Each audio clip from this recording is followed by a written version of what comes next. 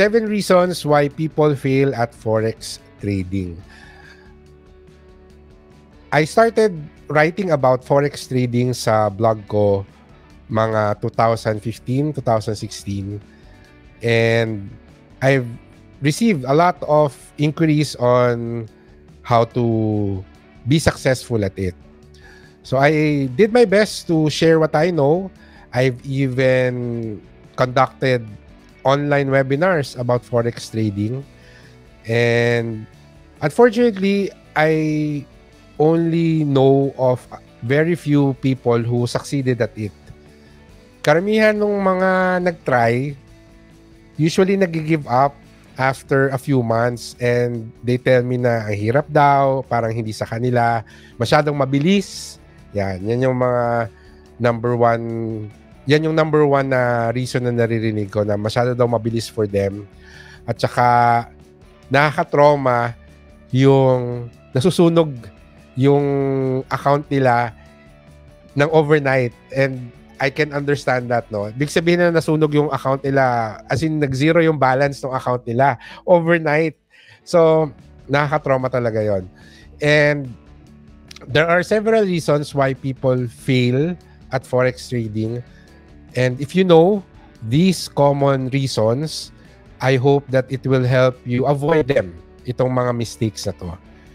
So what are the 7 reasons why people fail at forex trading? The number 1 reason is, of course, lack of education and knowledge. Many dive into the market without fully understanding its complexities, including fundamental and technical analysis, risk management, and trading strategies. Without a solid foundation, traders are more likely to make impulsive decisions, fall for common trading myths, and struggle to interpret market trends effectively. Okay? So, madali kasi pag-aralan yung, I would say, no, marami naman kasing online resources ng fundamental analysis, technical analysis, etc. Ang isa sa mga kalaban mo talaga sa forex trading is yung emotions. And mapag-aaralan mo yung technical side or yung theoretical side. Pwede ka magbasa ng napakaraming resources about fundamental analysis and technical analysis, pero iba pa rin yung matututunan mo kapag nagtitrade ka actually, no, yung actual trading.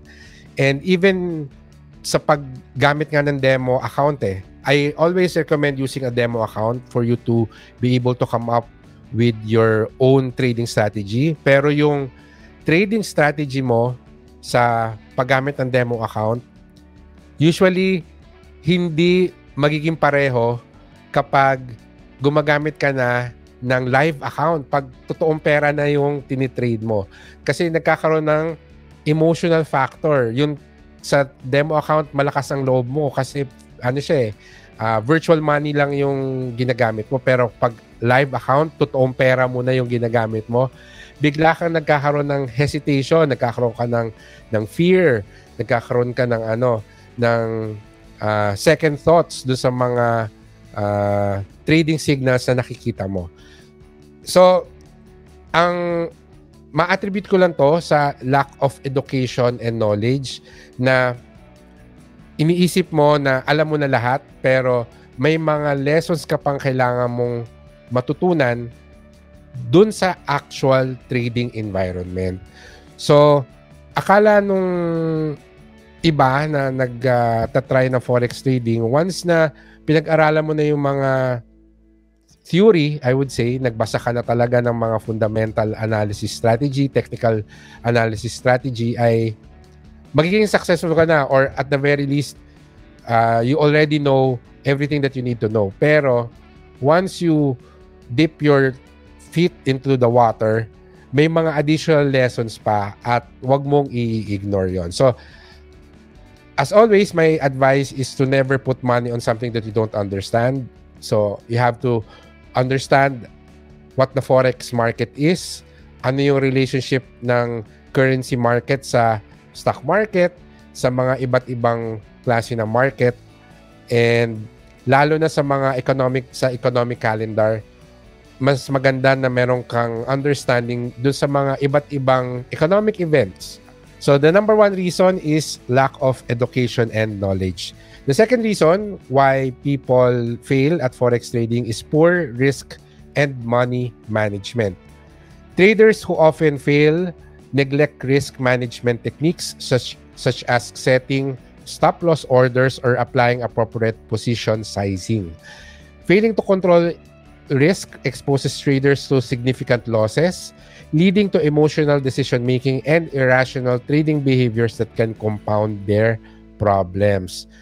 May mga forex traders ako nakilala na hindi naglalagay ng stop loss. Sabi ko, hala, yan ang number one reason kung bakit nasusunog ang isang account. Wala kang nilalagay na stop loss. But more than that, important yung matutunan yung position sizing. Para sa akin, isa yan sa mga first mistakes ko when I was learning forex trading.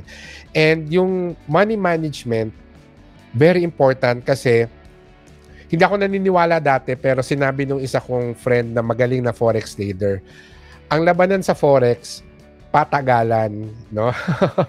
Ibig sabihin, the more you trade, the better you become at trading, but also the more opportunities for you to earn.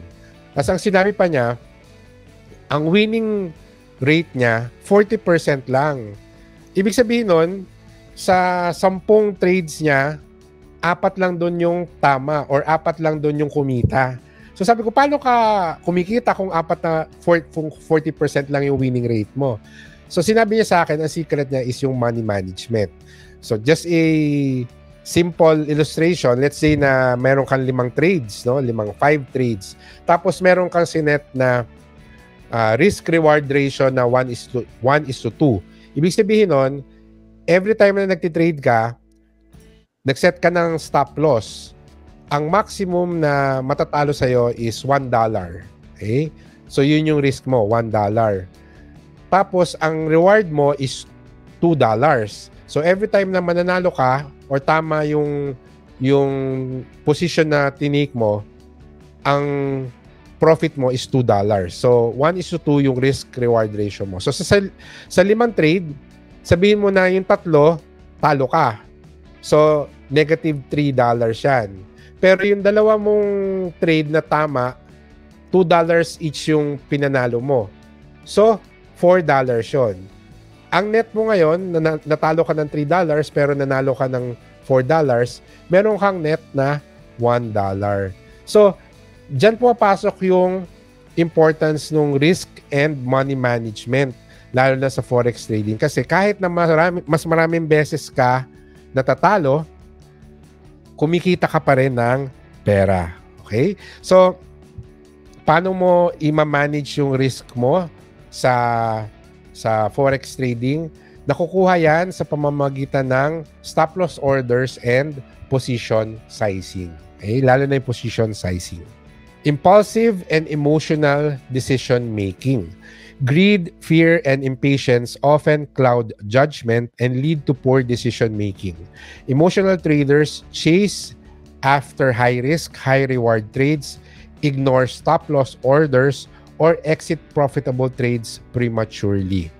Maintaining discipline and adhering to a well-defined trading plan is crucial to overcoming emotional biases and avoiding impulsive actions. So maraming mga forex traders, lalo na yung mga newbies, ano sila masyadong excited. Masyadong sila na-excite. So, minsan, kapag nagtitrade sila, may nakita silang position, ititake ko na to, sige, buy na to. Kasi, nagpadala sila sa emotion nila, hindi nila pinag-aralan or hindi nila chinek yung mga ibang factors that could affect the direction of the price. Not only do we need to think fast, but we need to remain rational and logical with our decision making. The fourth reason why people fail at forex trading is the lack of patience and discipline. Forex trading is not a get-rich-quick scheme. It requires patience, discipline, and consistency. Many traders fail because they cannot stick to a trading plan, deviating from their strategies based on short-term market fluctuations or external influences. Consistency in following a well-defined approach is essential for long-term success in Forex trading. So some Forex, as I mentioned earlier, patagalan ng labanan dyan, no? Paramihan ng trades. So, may mga kilala ko na nag-try ng Forex trading. After mga 2-3 months, hindi sila masyadong kumikita. Pero hindi rin naman sila nalulugi kasi parang sideways lang yung balance sila. Mananalo sila ng konti, matatalo ng konti. In the end, parang nagbe-break even. And for me, that's good. Kasi nga, you're waiting for the market conditions to really go in your favor. And sometimes, may market cycles mga every 3 months, every 6 months. So, nag-iiba yung mood ng market, I would say, or nag-iiba yung yung direction ng market every 3 months or so. So, kung ngayon, sinubukan mo mag-trade ng Forex, tapos parang walang masyadong nangyayari, then just be patient. Hintayin mo yung next cycle kung kailan man siya dadating, or maybe you can look at other markets, baka doon mas okay. So in effect, you really have to be disciplined and patient. And sabi nga nila, no position is still a position. So, may mga traders kasi na kumari, sige, magti-trade ako ngayon. Talagang pipilitin na maghanap ng magandang setup. And pag ginawa mo yon, kahit na hindi maganda yung setup, iti-take mo pa rin siya, mag-open ka pa rin ng position na, kasi wala nang iba ito na talaga Mali yun. Kung wala kang makitang magandang setup, walang makita yung strategy mo ng magandang position, then just try again tomorrow or try again next week. Kaya ako as a Forex trader, usually I only trade every Monday night or Tuesday night. Tapos I close my position every Thursday or Friday night. Monday or Tuesday, wala akong makitang magandang trade. Hindi na ako nagpapastress. Next week na lang ulit. So hindi ko na siya chine-check ng Wednesday and Thursday kasi usually busy na rin ako. But yung ganong klasikong strategy na every Monday or Tuesday night lang ako nag-check, it has worked for me for several years. Number 5 is having unrealistic expectations. Some traders believe in quick and effortless wealth, influenced by misleading advertisements or promises of overnight success. However, successful trading requires time, effort, and continuous learning. Unrealistic expectations can lead to impatience, excessive risk-taking, and disappointment when results don't align with initial ambitions. Sa aming mga traders, meron kaming mga sinasabing ito yung trade of the year, or ito yung talaga natin, yung once in a blue moon quote-unquote na trade. Kasi yung mga trade na tipong nag-times 3, nag-times 4 yung account mo, yung value ng account mo, sobrang rare niyan. Ang pinaka-common or the usual trade that you'll have is go-grow yung account mo ng mga 2 to 5% lang. Yun lang yung usual na yun lang yung usual na trade. So yung mga tipong nag-times 2 yung account mo, or talagang sobrang laki nung growth nung account mo, once a year lang yun, or minsan nga wala pa. Pero yun kasi yung na-highlight. So yung mga big wins sa trading, that is a rare occurrence, but most people, yun yung finiflex online. Yun lagi yung kinikwento nila, yun usually yung ginagawa nilang example. And ang tendency niyan is magkaroon ng expectations yung mga newbies na dapat siguro ganun din. Most of the successful Forex traders that I know has been doing it for several years, and they all tell me na it took them 2 to 3 years before they can really say na it's something that they can do full time. So, naging full-time forex trader sila siguro after 2 years or 3 years, 2 to 3 years of doing it. Never nilang nasabi na yumaman sila sa forex trading in less than a year. Number 6 is failure to adapt to market conditions. The forex market is influenced by economic, political, and global factors. Traders who fail overlook the importance of staying informed, monitoring economic indicators, or adjusting their trading approach accordingly. Adapting to market trends and employing a flexible strategy is crucial for long-term success. Very important to kasi kahit gaano ka kagaling sa technical analysis, pwedeng masira yung trading plan mo kapag mayroong economic announcement or economic event. Kaya important na minomonitor yung economic calendar para alam mo kailan ba yung mga announcements, ano ba yung mga balita, ano ba yung temperature ng market. Kasi may yung mga magagaling na traders, marunong sila mag-anticipate, tapos kaya nila mag-position, tapos kung meron talagang big announcements, they make the time to really be online during that announcement so that they can manage yung current position sila, or meron na sila nakahanda na scenario na pag ito yung announcement, ito gagawin ko. Pag ganito yung announcement, ito yung gagawin ko. Na once the announcements are made, they observe the reaction of the market and then they take the appropriate position. So, merong anticipation. So, napakalaking bagay nung mahilig tayong makinig or magbasa or manood ng business news. So kung inaantok ka sa Bloomberg, nako, baka hindi para sa iyo ang forex trading kasi talagang magiging best friend mo yung mga business and economic news if you are going to do forex trading. Lastly, the 7th reason why people fail at forex trading is that they overtrade. Overtrading and lack of focus. So driven by a desire to be constantly active in the market, overtrading can result in exhaustion, reduced focus, and increased vulnerability to emotional decision making. Successful traders understand the importance of quality over quantity, patiently waiting for high probability setups, and exercising self-control to avoid unnecessary trades. Nabanggit ko kanina, di ba, yung no position is also a position. So, wag mong pilitin. Kung wala ka naman talaga nakikita na magandang posisyon, wag mong pilitin yung sarili mo na mag-trade. Meron akong personal rule na pag meron akong 3 consecutive trades na natalo, nagpapahinga muna ako for 1 week.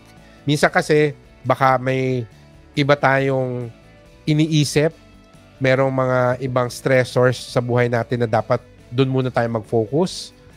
May mga kailangan tayong gawin muna sa ibang parte ng buhay natin. So, hindi tayo makapag-concentrate sa forex trading natin dahil at the back of our minds, subconsciously, we are worrying about other things. So, pag ganon, it's better to take the backseat first. Kasi sa forex trading, since mabilis nga siya, kailangan fresh ang isip mo, hindi ka masyadong stressed sa ibang bagay dahil mapag-iiwanan ka eh. Kailangan mabilis ka mag-isip, mabilis ka mag-analyze, and you can only do that kung fresh yung utak mo. Okay? So, kuwari hindi ka puyat, tapos wala ka masyadong iniisip.